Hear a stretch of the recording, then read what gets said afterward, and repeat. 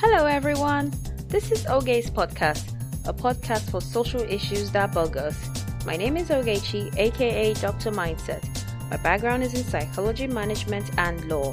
I am the lead consultant at Mindset Co, where I help people via life coaching services, dispute resolution, counseling, and resource management. This podcast hopes to blend in fun and facts as we delve into your mindset. Episode 4, Death Becomes Us. Be thankful every minute of your life because we never know when and where death becomes us. That's a quote from Lynn Otis. What is suicide? Suicide is the act of intentionally causing one's own death. It means ending your own life. It is believed to be a way for people to escape pain or suffering. Mental disorders including depression, bipolar disorder, schizophrenia, personality disorders, anxiety disorders, and substance abuse, including alcoholism and use of psychoactive drugs, are risk factors. Some suicide are impulsive acts due to stress, such as from financial difficulties, relationship problems, such as breakup or bullying. Suicide is a desperate attempt to escape suffering that has become unbearable. To those who are not in the grip of a suicidal depression and despair, it is difficult to understand what drives millions of individuals to take their own life every year. Blinded by the feeling of self-loathing, hopelessness, and isolation, a suicidal person can't see any way of finding relief except through death. Let's look at some common misconceptions about suicide through myths and facts. A myth is people who talk about suicide won't really do it, when in fact, almost everyone who attempts suicide has given some clue or warning. Don't ignore even an indirect reference to death or suicide. Statements like, "You'll be sorry when I'm gone," "I can't see any way out." No matter how casually or jokingly it's said, it may indicate a serious suicidal feeling. Another myth is anyone who tries to kill themselves must be crazy, when in fact, most suicidal people are not psychotic or insane.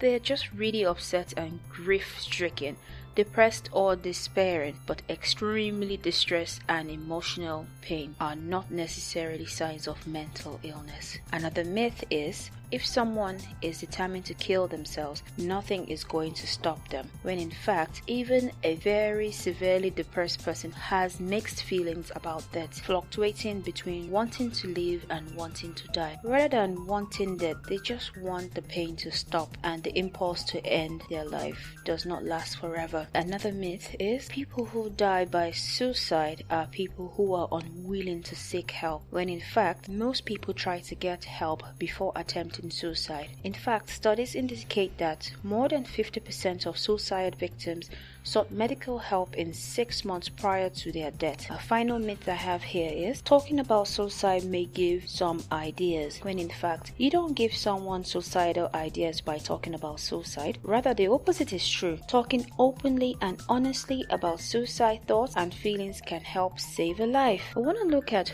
who is at risk when we're talking about suicide. While the link between suicide and mental disorders, in particular depression and alcoholic use disorders, is well established in high-income countries, many suicide happens impulsively in a moment of crisis, with a breakdown in the ability to deal with life stresses such as financial problems, relationship breakups, or chronic pain and illness. In addition, experiencing conflict, disaster, violence, abuse, or loss are strongly associated with suicidal behavior. Suicide rates are also high amongst vulnerable groups who experience discrimination, such as refugees, migrants, indigenous people, gays, lesbians, bisexual, transgenders, intersex, quote-unquote the LGBTIQ persons, and prisoners also. By far, the strongest risk factor for suicide is a previous attempt. But in terms of age, gender, social economic status, the group most at risk of suicide are actually men in the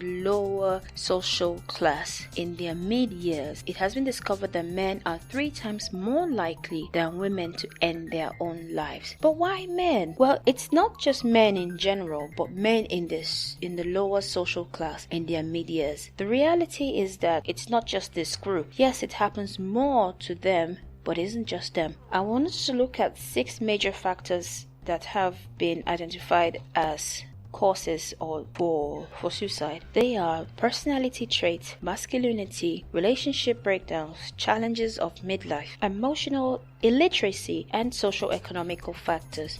With the personality traits, first of all, there's no such a thing as suicidal personality that leads to someone taking their own life. However, there are some personality traits and mindsets a person may have that makes them more vulnerable to suicide. Some of these negative mindsets include keeping up with the Joneses. This is the perception that one must always meet the extremely high expectation of others, even to their own detriment. They become self-critical as they indulge in excessively negative views of themselves and the inability to enjoy their own successes. They also bury themselves in comparing their current situation with some unachievable or unachieved goal or standard.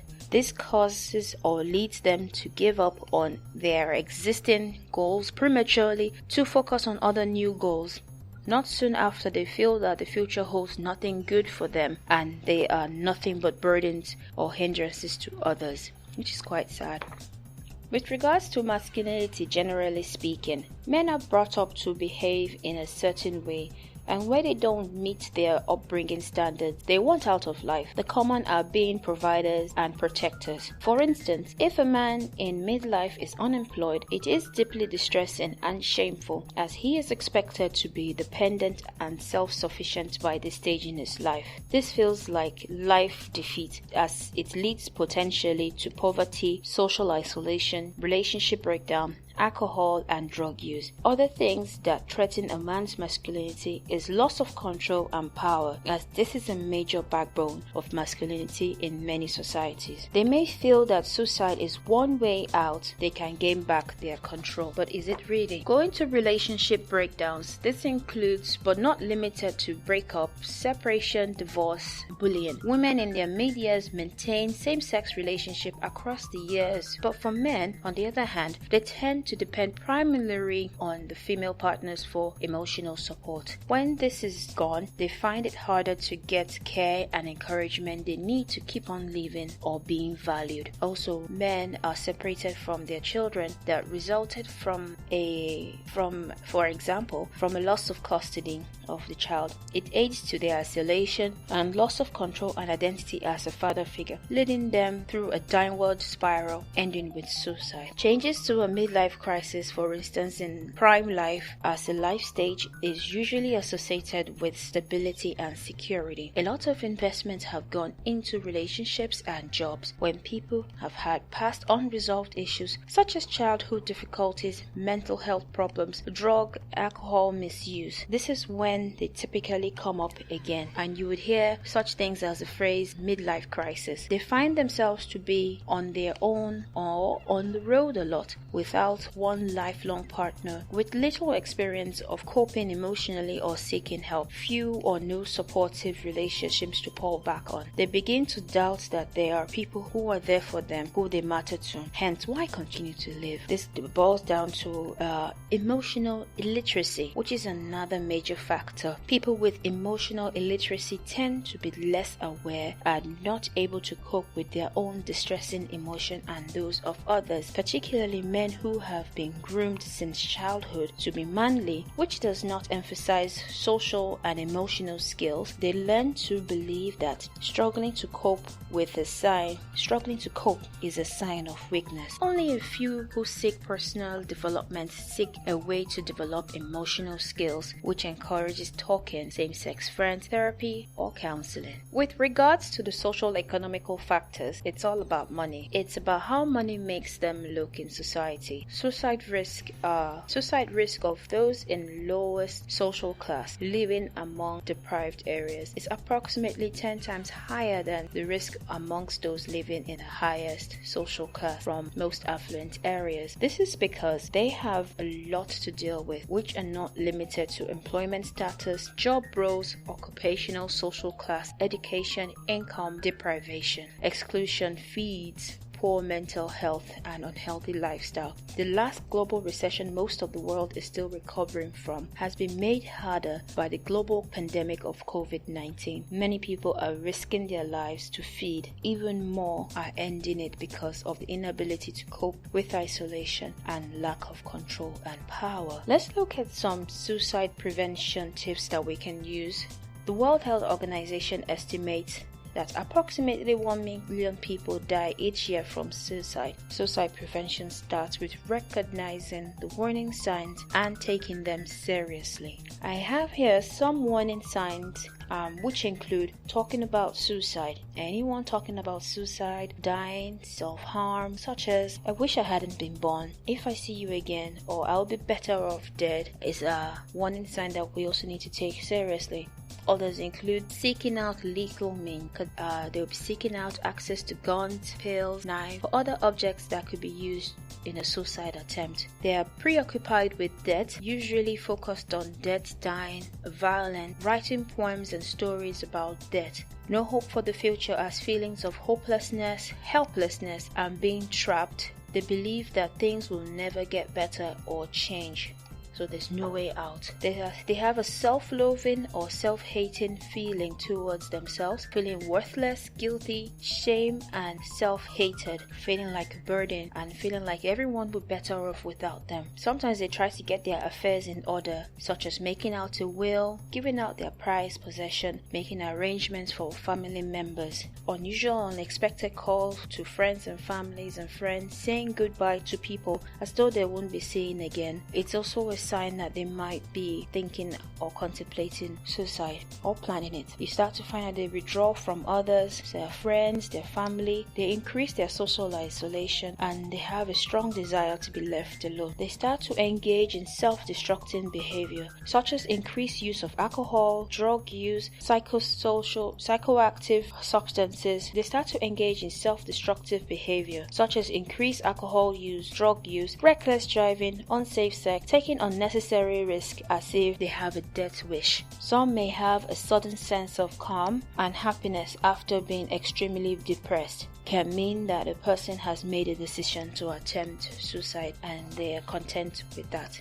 Now, the stigma, particularly surrounding mental disorders, suicide, means many people thinking of taking their own lives or who have attempted suicide are not seeking help and therefore not getting the help they need. The prevention of suicide has not been adequately addressed due to a lack of awareness of suicide as a major public health problem and a taboo in many societies to openly discuss it. Raising community awareness and breaking down the taboo is important for society to make progress in preventing suicide. Suicide is a complex issue and therefore suicide prevention efforts require the coordination and collaboration amongst many sectors of society, including the health sector and other sectors such as education, labor, agriculture, business, justice, law, defense, politics, and the media. The efforts must be comprehensive and integrated, as no single approach alone can make an impact on issues as complex as suicide. If you work in any of these industries, I would like to tell you a story of how your sector of society have helped prevent suicide. Also, I would like to read about your personal suicide stories or experience. Finally, let me know your thoughts on the decriminalization of attempted suicide and suicide. Drop me a mail at hello@mind-setco.com. That is hello@mind-setco.com. I'd like to give a special thanks to the World Health Organization, WHO, the Samaritans, and helpguide.com, and also Ben Sounds for the music Funky Element. Thanks for listening, everyone, and goodbye.